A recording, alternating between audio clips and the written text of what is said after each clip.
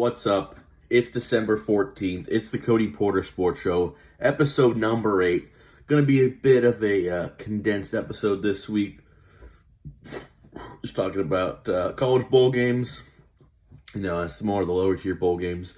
Next week, going to dive more into some of the better bowl games and then also preparing for New Year's Six, all that kind of stuff. But, sorry, the burps. I'm drinking a soda pop. Do you guys, when you drink a soda out of a can, I think every time when I take a sip, the little amount that gets sits to the rim, I suck that in as I'm pulling the can away from my mouth. I don't know if anyone else does that, but I do that. But let's just go ahead and get into these bowl games. Bowl game number 1, first game of the bowl season. Also, before I get in, I don't ever understand why people say that they don't care for bowls. Obviously, bowl games used to matter a lot more. It was only, top 6, 8, 10 teams, and they added. Now there's 30-something bowl games, almost 70 teams in bowl games. So, yeah, just going to a bowl game itself that's a little less cool, a little less meaningful. It's more football. Why would you say no to more football? That's never really made sense to me. So I love bowl season. I don't think real football fans dislike it, but I think it's mostly older fans dislike bowl games because they say it takes away some of the value they used to have. But it's more football, and I mean, this first one I'm going to talk about, prime example, it's a battle of teams playing for the first time ever. You get wacky matchups from teams that have never played or rarely play, contrasting styles, teams from different coasts, all kinds of crazy things. Bowl season is awesome.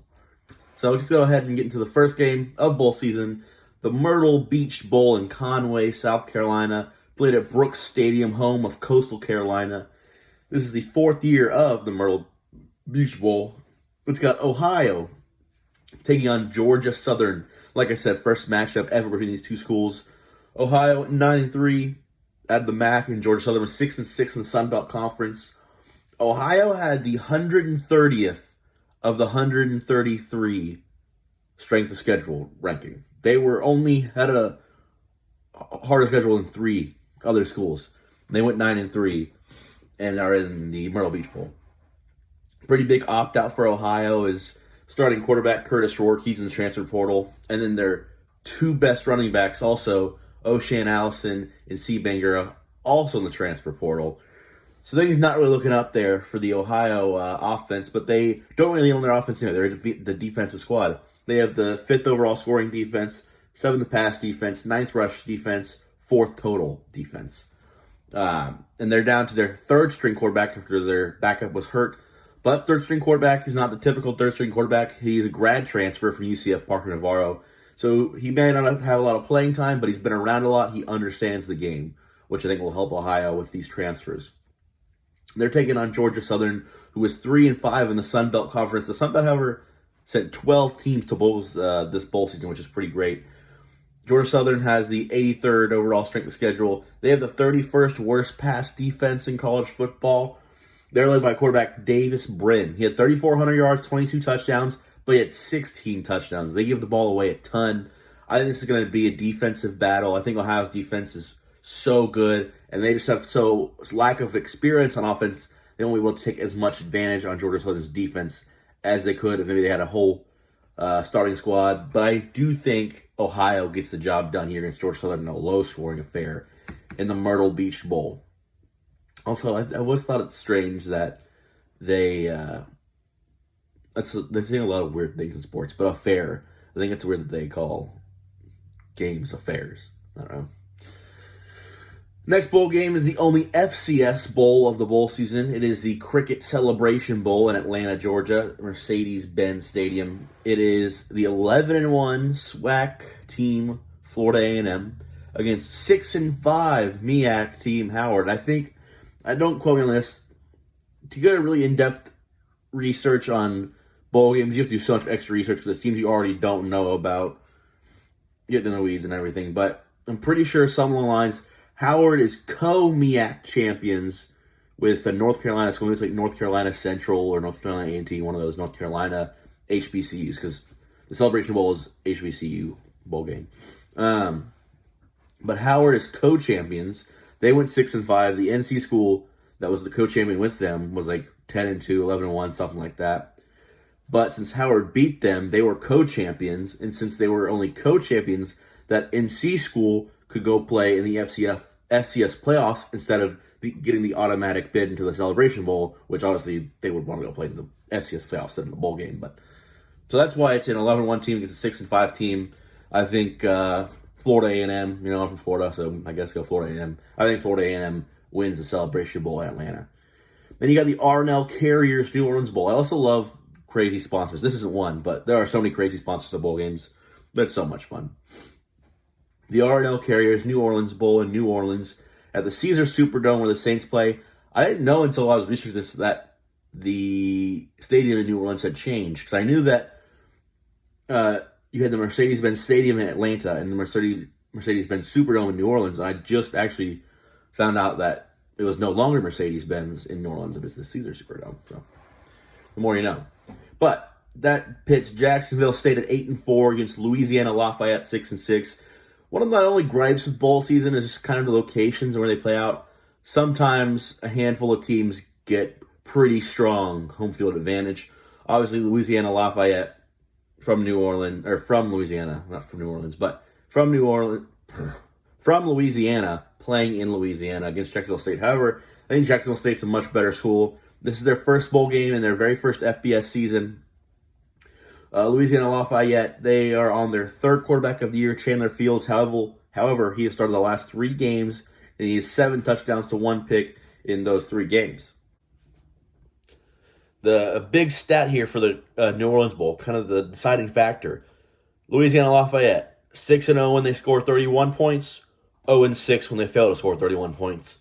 Jacksonville State, they've only given up 31 one time. It was against South Carolina, an SEC team. They gave up 38. So I think Jacksonville State, 8-4, first year in the FBS. I think they're going to go all the way. I think they're going to win their first bowl game in their first season against Louisiana Lafayette in Louisiana. Then we got the Avocados from Mexico Cure Bowl. Shout out Nick. Avocados from Mexico Cure Bowl in Orlando at FBC Mortgage Stadium, home of the UCF Knights. You got Miami of Ohio, who's 11-2, taking on App State at 8-5. Obviously, App State famous this season for beating ranked JMU when game day was at JMU, when JMU was clamoring for a bowl game. They ended up getting the bowl game because not enough actual qualifying teams won 6 games, so JMU is in. But the team they lost to, App State here, playing Miami of Ohio. Miami of Ohio having a great season. They're 5-0 with backup quarterback Avion Smith. He is in the transfer portal, so Miami of Ohio is waiting on 3rd and 4th string quarterbacks in this game. 3rd string Henry Hessen has 5 pass attempts in the last 2 years, and then 4th string Maddox Kopp has not played this season. So that's who they're relying on. And they're not just relying on them to win a bowl game, but to make a little bit of history. If they win this game, they'll have 12 wins, which will give them the sole place of second all-time for single season wins in the program. The only time they won more than 12 was once with Ben Roethlisberger, 2003. They won 13 games. But they're looking to win their 12th game of the season, sole position in second place. And like I said, they've had a great season. Only losses this year, they have 2 losses.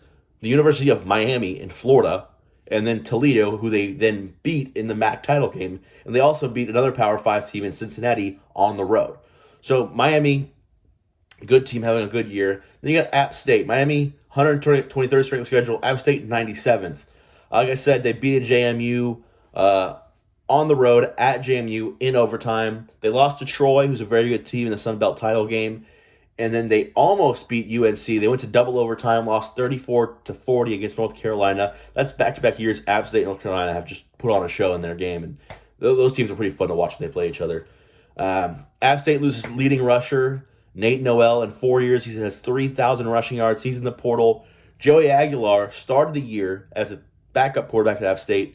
He became the starter early on in September. He is now 3rd in passing touchdowns this season behind only Jaden Daniels, Heisman winner, and Bo Nix. So App State, Miami, App State, not as prolific of a resume here as Miami, but I think this will be a pretty good game. Losing Nate Noel pretty bad for App State, but then Miami being on their third and fourth string quarterbacks, just as bad. If I had to give an edge to this one, although I really like this Miami of Ohio team, I like head coach Chuck Martin. I got to give it to App State. I just think relying on two quarterbacks who have not played at all is just going to be tough against an App State defense that's put together and has played decently well at times this season. So I got to give the edge to App State in this one. Next game, another one of those home field advantage type games, is the Isleta. I'm probably mispronouncing it. The Isleta, New Mexico Bowl. That's in Albuquerque at University Stadium, home of the University of New Mexico. And New Mexico State is playing in this game. They're playing against Fresno State. And if you just thought off the top of your head, those teams probably in the same conference. No, it's kind of strange that New Mexico State plays in Conference USA, not the Mountain West where Fresno State plays. New Mexico State, very low on strength of schedule as well, 128th. It's kind of odd, their schedule. 4 losses. They lost to Liberty twice, which Liberty, great team. Always pretty good here since they've been in the FBS. Then their losses are to UMass and Hawaii, historically not great teams. And then they go on the road and beat Auburn by 20 points. Does make a whole lot of sense, but that's college football. They get Diego Paiva back from injury. He got hurt in the Conference USA title game against Liberty. He's back. He's a very good quarterback there for New Mexico State. Then Fresno State, they're 115th strength of schedule. They were 8-1, 9 games into the year. They were ranked for 2 different weeks up until they lost to Wyoming there in the middle of that 8-1 stretch. But then they lost 3 straight to end the year against San Jose State, University of New Mexico, and San Diego State. Quarterback Logan Fife opting out. He was their starting quarterback. He's out. And then Jeff Tedford, head coach, is out for the game for health concern reasons. They said he's planning to return next season, but is sitting out this bowl game for health concerns. So obviously, hope everything's okay with that. Moving the edge to New Mexico State. I've always kind of liked Diego Paiva. This New Mexico State team is very strange. Losing games it shouldn't, winning games it shouldn't. I'm going to take New Mexico State in this one. Then you got the Starco Brands LA Bowl. But it's not just the Starco Brands LA Bowl. It's the Starco Brands LA Bowl hosted by Gronk. I'm pretty sure Jimmy Kimmel or Jimmy Fallon hosted this last year or something like that. But this is officially titled the Starco Brands LA Bowl hosted by Gronk. It is in LA at SoFi Stadium. It's got 2 West Coast teams, Boise State at 8-5 and UCLA at 7-5. Boise State had the 70th ranked strength schedule. UCLA only had the 64th. It was like the 3rd or 4th lowest strength schedule of any Power 5 team. They have 7 players out this game to the transfer portal, including starting quarterback Dante Moore. Their losses, Oregon State, Utah, Arizona, very reasonable. I think if those are the only 3 losses on the UCLA schedule this year, a lot of those guys stay. I think Dante Moore probably stays. But then Arizona State and California at the end of the season, losing those teams just does not help, and ends up UCLA having a pretty good year with a rookie quarterback, ends up having a pretty mediocre average year, and the quarterback's out the door. Then you got Boise State, 8-5, who fired their head coach when they were 5-5. They fired their head coach who had a winning record, who was 5-5, and that was after he'd won the game. He was 4-5, won the game, got fired. After he gets fired, they win the next 3, including the Mountain West Conference title game. This is another team, kind of interesting wins and losses. Lost to Memphis, who's very good in the American. Lost to Washington, who's obviously in the CFP. Lost to UCF, another Power 5 program who had an okay year in their first year of the Big 12. Then they lost to Colorado State, who win-loss record maybe. I don't think Colorado State's win-loss record kind of shows how good a team they were. I think they played tight in a lot of games that most people counted them out of. And then they lost to Fresno State. So in this one, I'm taking Boise State purely for the fact that UCLA just out so many guys, so many meaningful guys, including Dante Moore. Boise State's kind of rallied around the team after Andy Avalos got fired. I like Boise State to win this one, and I'm always rooting for Boise State. I've always liked them since I was a kid. Then you got the Radiance Technologies Independence Bowl at Independence Stadium in Shreveport, Louisiana. 2 bottom-of-the-barrel Power 5 bowl teams. You got Cal out of the Pac-12, and you got Texas Tech out of the Big 12. 6-6 for both teams. Cal's defense is porous. They allow 417 yards per game. They started the year off 3-6. They lost to all the ranked Pac-12 teams and Auburn, but then they won their final 3 games of the year to get into the bowl season. They're taking on Texas Tech, who had the 11th ranked strength schedule. I think a lot of people had higher hopes. I thought they were going to be better. I thought they were going to fight and try to maybe sneak in to that Big 12 title game. That's way off. They go 6-6. Tyler Show missed a handful of games for injury. He is now transferring to Louisville. 2 of their top 3 receivers are also transferring to Louisville. However, backup Baron Morton, or how do you say his name? Baron Morton, the backup, has some experience this season. He's in. He's starting. I just don't think Cal is very good. I think Texas Tech, even losing a lot of key contributors on offense, I think Texas Tech still gets it done. And those are all 7 games that are played this Saturday, first day of bowl season. How could you hate bowl season? 7 games, 1 day, from 11 a.m. to the Independence Bowl starts at 9:15. You're going from 11 a.m. to midnight. That's football. What more could you want? Other games, there's 2 other games that will come to be before the next episode of the Cody Porter Sports Show. That's the famous Toastery Bowl and the Scooters Coffee Frisco Bowl. The Toastery Bowl is Western Kentucky and Old Dominion in Charlotte. I like Old Dominion in that one. And then UTSA and Marshall are playing in Frisco. UTSA in Texas. I like UTSA in that one. That's it. That's a little first 9 games of bowl season preview. This is the Cody Porter Show. Cody Porter Sports Show, Episode 8. See you next week.